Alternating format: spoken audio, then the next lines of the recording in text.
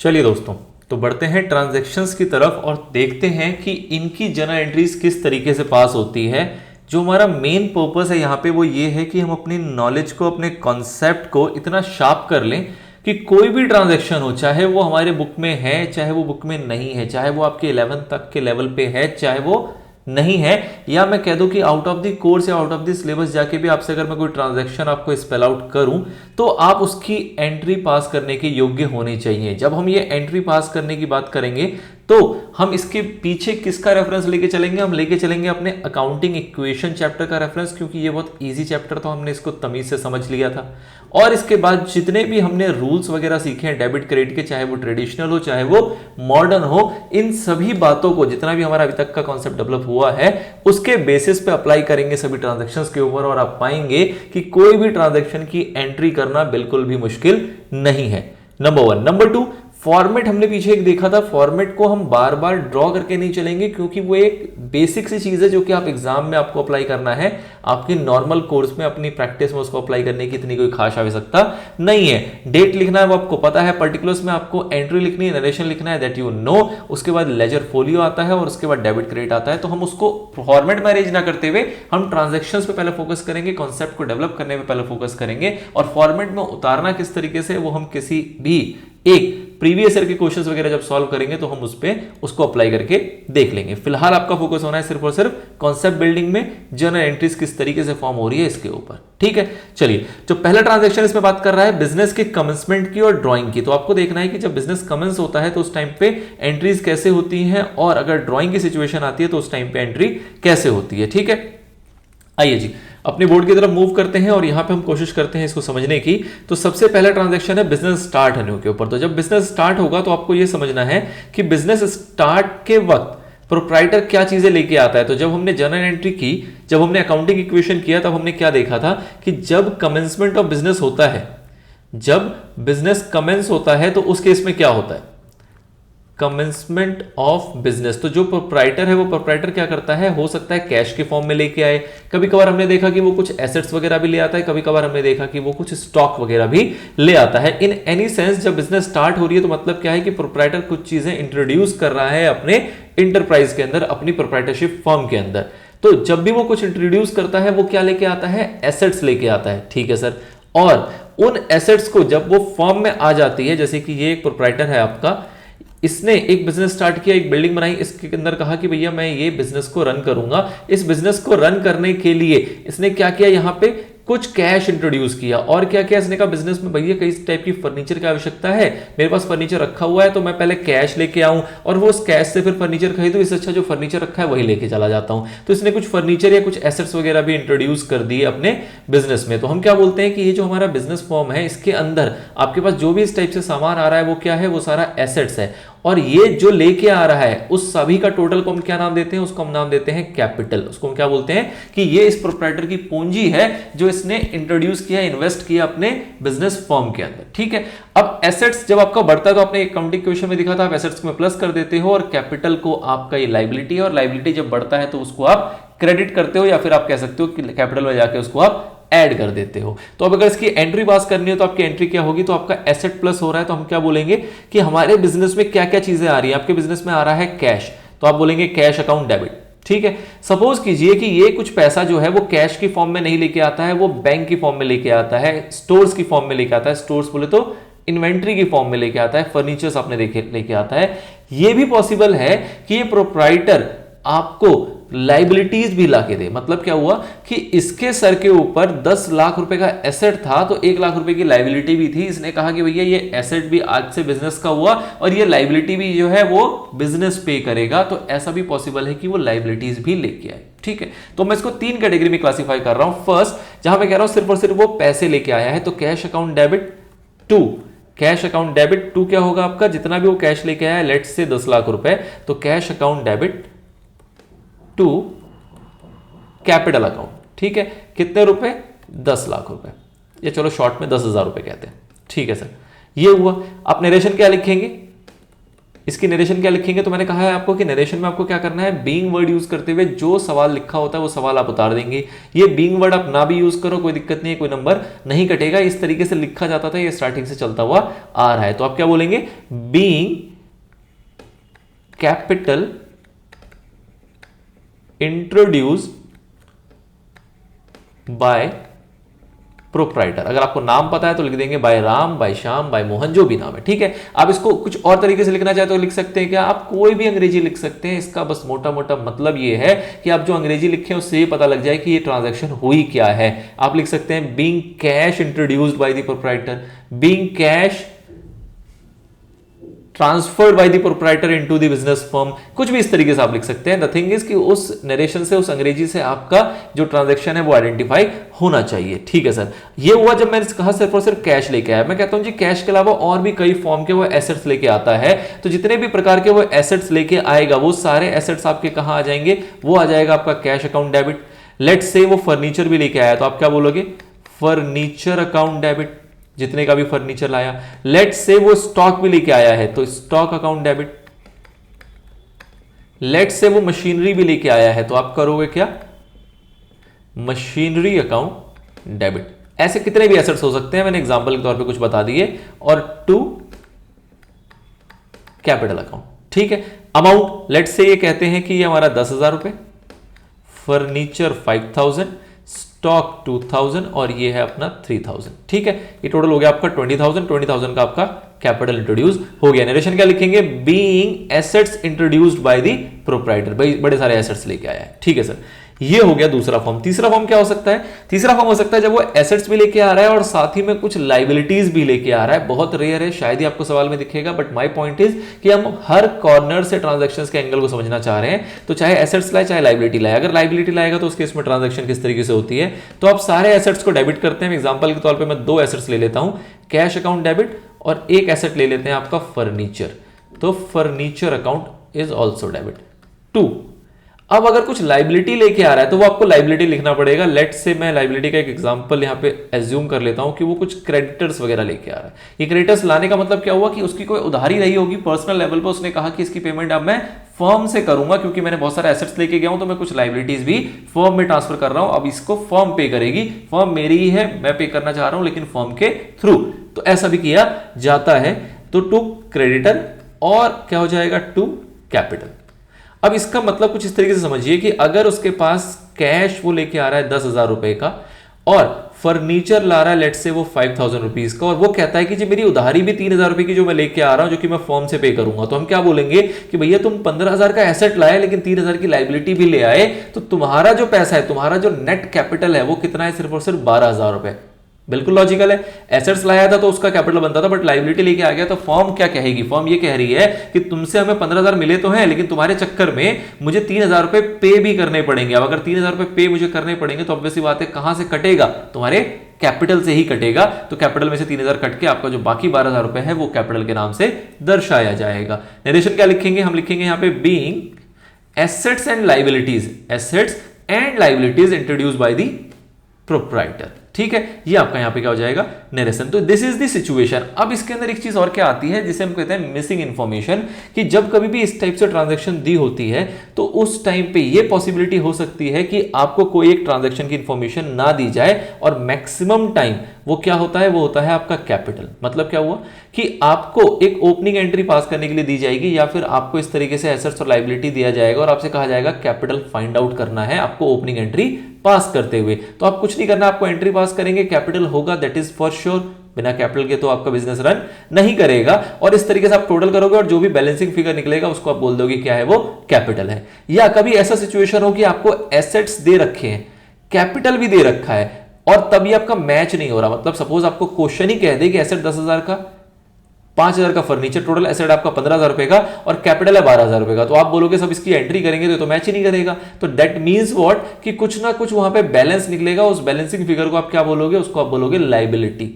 और वैसे ही अगर लाइबिलिटी गिवन है तो आप बैलेंसिंग फिगर को क्या बोलोगे, कैपिटल। तो this type of situation is also there. जब एग्जाम में क्वेश्चन आते हैं या फिर आप आगे की प्रैक्टिस में देखोगे तो ऐसी चीजें भी आपको मिलती है, उसको मिसिंग इंफॉर्मेशन के रूप में आप यूज करते हो, ठीक है। तो this is the questions, this is the journal entries with respect to commencement of business, ठीक है। नाउ इसी के साथ ही हम बात करते हैं किसकी, इसके साथ हम बात करेंगे ड्राइंग की भी।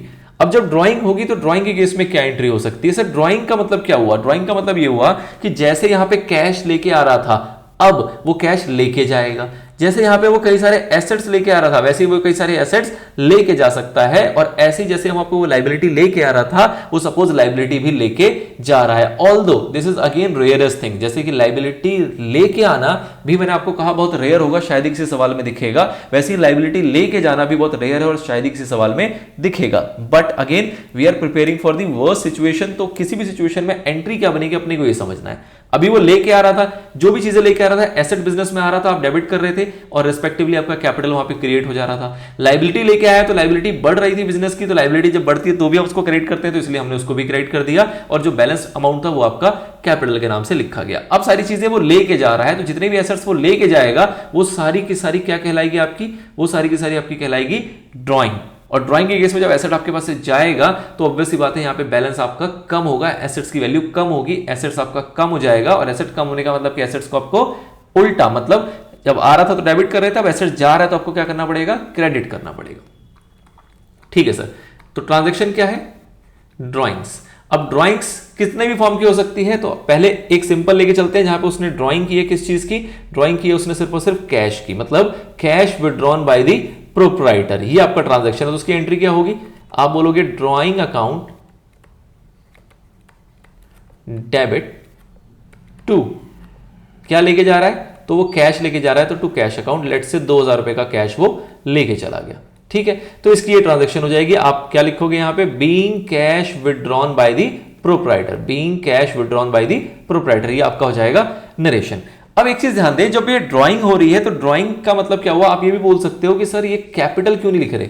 जब कोई पैसा लेके आ रहा था तो आप कैपिटल को क्रेडिट कर रहे हो, कैपिटल बढ़ रहा है। जब कोई पैसा लेके जा रहा है तो हम कैपिटल को ही डेबिट क्यों नहीं कर दे रहे? क्योंकि कैपिटल यहां पे घट रहा है। बात बिल्कुल सही है आपकी। ये ड्राइंग जो है, जितना भी एक्यूमुलेटेड फिगर इसका निकल के आएगा, ये अल्टीमेटली क्या होगा? ये अल्टीमेटली कैपिटल से ही जाके माइनस हो जाता है। बट क्योंकि हम चाहते थे कि हम दोनों के फिगर को सेपरेटली देखें कि पूरे साल में कितना पैसा लाया गया, मतलब कितना कैपिटल था, और कितना पैसा ले जाया गया, मतलब कितनी ड्राइंग है। और जब नेट करेंगे तो ऑब्वियसली जो नेट निकल के आएगा वो आपका कैपिटल ही कहलाता है।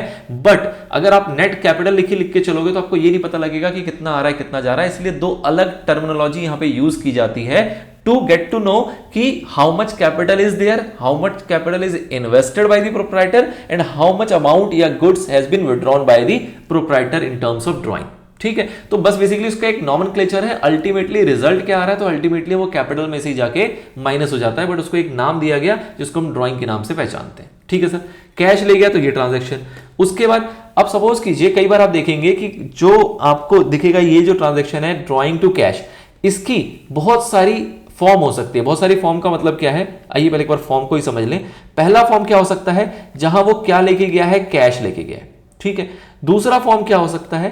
दूसरा फॉर्म ये हो सकता है कि जहां पे वो कैश लेके ना जाए, बट उसने कहा कि मेरे बदले आप सपोज उसके घर का रेंट पे कर दो या फिर उसका कोई और पर्सनल एक्सपेंस पे कर दो। मतलब कि अगर बिजनेस फर्म ने कोई भी पर्सनल एक्सपेंस थे किसके? प्रोप्राइटर के, उसको पे किया है, तब भी एंट्री क्या बनेगी? यही बनेगी। क्यों? सपोज उसके घर का रेंट आपने पे किया तो आप रेंट अकाउंट डेबिट तो नहीं करोगे। क्यों? क्योंकि वो आपका खर्चा नहीं है, आपके लिए तो क्या है? वो ड्राइंग ही है। और टू कैश, या फिर उसका और कोई पर्सनल एक्सपेंस था, कोई आपने उसके लिए फर्नीचर परचेज किया, उसके लिए बाइक परचेज करी है, कुछ भी ऐसा पे किया है, तो अगर कैश की फॉर्म में आप कुछ पे कर रहे हो और ड्राइंग का पर्पस कुछ भी हो, पर्पस कुछ भी का मतलब कि वो चाहे कैश हो, चाहे कोई पर्सनल एक्सपेंस हो, चाहे ऑन बिहाफ पेमेंट हो। ऑन बिहाफ पेमेंट का मतलब क्या होता है कि जब प्रोप्राइटर के बिहाफ पे फर्म ने कोई पेमेंट कर दिया, प्रोप्राइटर को किसी को 5000 रुपए देने थे, फर्म से उसने 5000 रुपए पे कर दिए कैश निकाल के, तो उसको भी हम क्या नाम देंगे? उसको भी आप ड्राइंग का ही नाम देंगे। इन एनी फॉर्म अगर आपके बिजनेस से कैश जा रहा है, आपके बिजनेस से पैसा जा रहा है, तो उसकी एंट्री यही एक होके चलती है, drawing account debit to cash. चाहे वो कैश में लेके जाए, चाहे वो अपने बदले कोई खर्चे करवा दे या अपने बदले किसी और को वो पेमेंट करवा दे, एक ही बात है। बिजनेस को इससे कोई फर्क नहीं पड़ता। ना दूसरा क्या है कि जब वो बिजनेस से कैश के लेके नहीं जा रहा, कुछ सामान लेके जा रहा है, और सामान वो किसी भी फॉर्म में हो सकता है, तो उसको आप क्या बोलोगे?